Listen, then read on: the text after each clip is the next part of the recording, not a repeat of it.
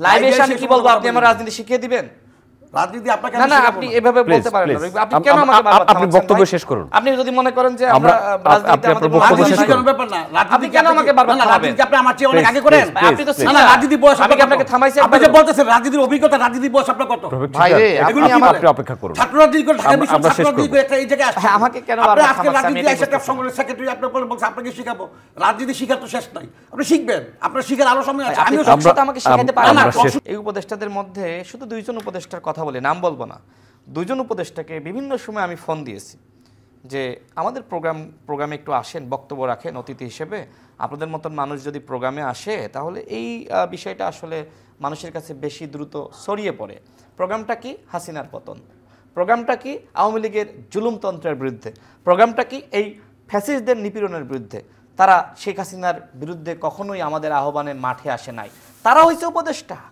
সুতরাং আপনি যদি বলেন যে তারা এত সহজে ইলেকশন দিয়ে দেবে আমি এটা বিশ্বাস করি না আমি আপনাকে এই টকশো থেকে বলছি এই সরকার ইলেকশন আদায় করতে এই দেশের জনগণ শুনেন এই দেশের জনগণ যখন তখন রাস্তায় নামে না আদায় করতে বাধ্য করবে না ইলেকশন এই যে এখন তো আপনি আন্দোলনের দিকে যাচ্ছেন আমার মতনই কথা বলতেছেন আমি এটাই বলতেছি যে সরকারকে আসলে চোখে চোখে রাখতে হবে সরকার যাতে বিপথে না যায় সরকারের কতিপয় উপদেষ্টারা দেশের বিরুদ্ধে রাষ্ট্রের বিরুদ্ধে ষড়যন্ত্র করবে নির্বাচন যথাসময়ে না হোক তারা সেই বিষয়ে চক্রান্ত করবে কারণ তাদের রয়েছে 10 সেকেন্ডে শেষ করি তাদের রয়েছে আওয়ামী প্রেম তারা চাইবে যে আওয়ামী লীগ নির্বাচনে আসুক কোনোভাবে তারা আওয়ামী লীগকে নির্বাচনে আনার জন্য চক্রান্ত করতেছে আপনি নিশ্চয়ই জানেন কিনা আমি জানি না আওয়ামী লীগকে আপনি এত স্মরণ করার কোনো কারণ নাই এই উপদেষ্টাদের একটি অংশ স্মরণ করতেছেন প্রতিনিয়ত শেষ করতে এসে আমি শেষ করি মনে হয় যে সরকার উপদেষ্টা যারা সমালোচনা করছেন তারাও এতবার বলে না আমি একটু দয়া করে আপনাকে বলি রফিক ভাই এত আওয়ামী লীগ করেন না শুনেন এত আওয়ামী লীগ করেন না আওয়ামী লীগ যারা করে তারাও আওয়ামী লীগের কথা আজকে বলতেছে না তারা তাদের 15 আগস্টে খিচুড়ি রান্না করে না তারা জাতীয় দিবসগুলোতে একটা ব্যানার নিয়ে যায় না করব আওয়ামী লীগ দেশের রাজনীতি করবে দাঁড়াতে পারবে এটা আমি বিশ্বাস করি না এরা দাঁড়াতে পারবে রফিক ভাই প্লিজ কোন মুখে না আওয়ামী লীগ কোন মুখে দাঁড়াবে শেষ করতে দেন কোন অধিকার নিয়ে দাঁড়াবে আওয়ামী লীগ আমাকে বলেন আপনার কথা তো বললেন আমি শেষ করি শুনেন আওয়ামী লীগ এই যে ঘাপটি বেড়ে রয়েছে আওয়ামী লীগ এই যে নিশ্চুপ এটা আসলে একটা মানে খুবই সংশয়ের বিষয় আওয়ামী লীগ যদি ছোট ছোট মিছিলও নিয়মিত করতো তাহলে বোঝা যেত যে তারা ফিরে আসার চেষ্টা করতেছে কিন্তু একটা মানুষ যখন হঠাৎ করে স্তব্ধ হয়ে যায় তখন আসলে আতঙ্ক সন্দেহ সংশয় বেড়ে যায় উপদেষ্টাদের মধ্যে একটি গ্রুপ তারা কিন্তু রিফাইন্ড আওয়ামী লীগ নামে আওয়ামী লীগ ফিরিয়ে আনার চক্রান্ত করেছিল এমনকি আমাদের সাথে তো আসলে বিদেশিদের বিভিন্ন সময় মিটিং হয় তারাও আমাদেরকে বলেছিল যে আওয়ামী লীগকে আপনারা কেন ব্যান করবেন আপনারা আওয়ামী লীগকে নির্বাচনে এনে হারিয়ে দেন তাদেরও কিন্তু আওয়ামী লীগের প্রতি সমর্থন রয়েছে প্রধান উপদেষ্টা নিজেও কিন্তু বারবার বলেছে যে আওয়ামী লীগ নির্বাচনে অংশ নিবে কি নিবে না সেটি আওয়ামী লীগের দলীয় সিদ্ধান্ত কেন বলেছে আমি শেষ করি যোগ করি আওয়ামী লীগকে ব্যান করা না করার পক্ষে আমিও ছিলাম না আপনাকে আমাকে যদি বলেন আমি শেষ আমি বলবো যে আওয়ামী লীগ এমনি শেষ হয়ে গেছে ভালোভাবে পৌঁছাবে না আওয়ামী লীগ এমনি শেষ হয়ে গিয়েছিল শুনেন আপনিও ফেসিবাদ বিরোধী শক্তি আমিও ফেসিবাদ বিরোধী শক্তি এখানে কাউন্টার দেওয়ার কিছু নাই আমি কোনো খারাপ কথা বলতেছি না এই ধরনের কথা আমি সবসময় বলি তো আমি যেটি বলছিলাম যে আওয়ামী লীগকে ফিরিয়ে আনার ব্যাপারে প্রধান উপদেষ্টা নিজেও তার বক্তব্যের মাধ্যমে আমার কাছে মনে হয়েছে যে আন্তরিক রিফাইন্ড আওয়ামী লীগ এবং এই উদ্দেশ্যে কিন্তু সাবের এবং মান্নানকে জামিন দেওয়া হয়েছিল এবং এই যে সাবের এবং মান্নানকে সামনে রেখে মূলত রিফাইন্ড আওয়ামী লীগ গঠন করতে চেয়েছিল এবং এই বিষয়টা কিন্তু এনসিপির বর্তমান নেতারা বিশেষ করে হাসনাত আবদুল্লাহ তিনি কিন্তু এ নিয়েও জেনেছিলেন তিনিও বিষয়টা কিন্তু সামনে এনেছেন যে রিফাইন্ড আওয়ামী লীগ গঠনের একটি আলোচনা চলছে এনিহাও যাই হোক আমরাও কিন্তু সবসময় বলেছি যে রিফাইন্ড আওয়ামী লীগ গঠনের একটি চক্রান্ত উপদেষ্টাদের একটি অংশ করছে এবং এই বিষয়টি আমি শেষ করি আমি রাজনৈতিক দলের কর্মী হিসেবে বিএনপির আমি বিব্রত হই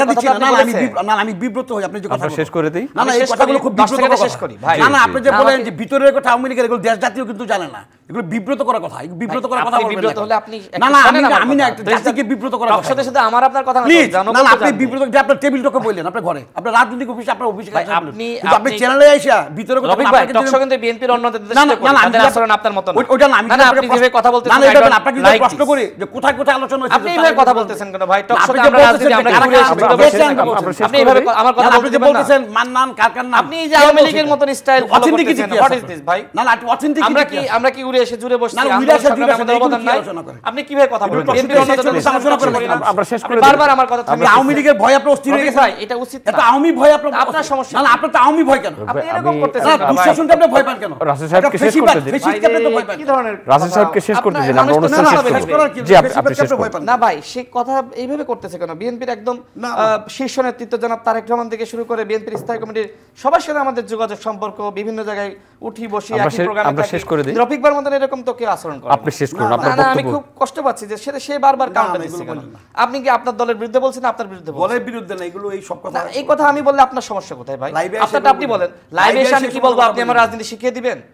রাজনীতি আপনাকে না আমি না, শেখাবো আপনি না। এভাবে Please, বলতে পারেন না। please. আপনি কেন আমাকে বারবার আপনি থামাচ্ছেন বক্তব্য ভাই? শেষ করুন। আপনি যদি মনে করেন যে আমরা- রাজনীতিতে আপনি আপনার আমাদের বক্তব্য বক্তব্য শেষ নাই, করুন। ব্যাপার না, রাজনীতি আপনি কেন আমাকে বারবার না, থামাবেন? রাজনীতি আপনি আমার চেয়ে অনেক Please, আগে করেন। please, আপনি তো please. না, না, রাজনীতি বয়স আমি কি আপনার আপনাকে কত? থামাইছি আপনি একবার? যে বলতেছেন রাজনীতির অভিজ্ঞতা, রাজনীতি বয়স আপনার কত? রফিক ভাই সাহেব, রে, এগুলো আপনি কি আমার বলেন? আপনি অপেক্ষা করুন। ছাত্র রাজনীতি করে ঢাকা বিশ্ব আমরা শেষ ছাত্র রাজনীতি করব। করে একটা এই জায়গায় আসছেন। হ্যাঁ, আমাকে কেন আপনি বারবার আজকে থামাচ্ছেন? আমি রাজনীতি এটাই এসে একটা বুঝতেছি। সংগঠনের সেক্রেটারি আপনার বলে বলছে আপনাকে শিখাবো। রাজনীতি শিখার তো শেষ নাই। আপনি শিখবেন। আপনার শিখার আরো সময় আছে। আপনি আমিও সব কথা আমাকে শেখাতে পারেন না। আমরা শেষ করছি। আমি শেষ করে দিই, আপনি আমাকে অংশ করছেন বলে আপনি এইভাবে বলতে রফিক পারেন। ভাই, এটা একটা খারাপ সময়ের দেখা মধ্যে- যাচ্ছে। মানুষ এটা আমিও বলতেছি খারাপ ভাবে আপনাকে। নিবে। আমি শেষ করি ভাই। জি, শেষ। আমি আপনাকে বলতেছি যে আমি এগুলো আমার Please, please. আমি আমার তথ্য, আমি আমার যে অভিজ্ঞতা সেই অনুযায়ী আমি আমার বক্তব্য দিচ্ছি। জি।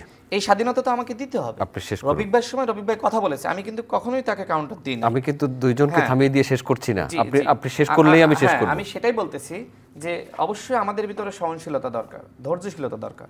আমি কি বলবো, আমার বক্তব্য খারাপ ভালো হলে সেটা দর্শক গ্রহণ করবে, সেটা দর্শক আমাকে উত্তর আপনি দিবে। শেষ করবেন, হ্যাঁ, আমি please. শেষ করছি। সেটা রফিক ভাই বারবার, আমি খুবই দর্শকদের কাছে আমি দুঃখ প্রকাশ করছি এই ধরনের না, আপনি পরিস্থিতিতে। আমি দর্শকদের কাছে কি এই ধরনের দুঃখ প্রকাশ পরিস্থিতিতে আমি পড়তে না, না, চাই আপনি Please, আওয়ামী please, ফেসিবাদের কথা please, আশঙ্কা করতেছেন, please, বাইরে আপনি- বাইরে আপনি- দর্শককে নিয়ে আপনি টানতেছেন। শেষ বাইরে, করব। আপনি দর্শককে নিয়ে টেনে কি আপনি বড় নেতা হয়ে যাবেন? রফিক শিকদার, আমরা একটু একটু একটু এগুলো শেষ কি করতে বলেন? দিন। রাশেদ খানকে শেষ করতে দিন। ভাই, আওয়ামী লীগ তো আপনার ফিরে আসার আশঙ্কা তো সবাই করে।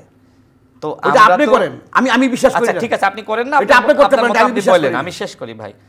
তো আপনি শেষ সেই করুন। জায়গা থেকে আমরা মনে আপনার করি, বক্তব্য শেষ করুন। হ্যাঁ, আমার বক্তব্য শেষ করছি। সেই জায়গা থেকে সরকারের অনেকে যেহেতু আওয়ামী লীগের ব্যাপারে তাদের সফট কর্নার রয়েছে, এই জন্য আমাদের যারা আমরা ফেসিবাদ বিরোধী শক্তি ছিলাম, আমাদেরকে অবশ্যই নিজেদের ভিতরে একতা ধরে রাখতে হবে। জি। আমরা যদি বিভক্ত হই তাহলে আওয়ামী লীগ ফিরবে, খুব স্বাভাবিক।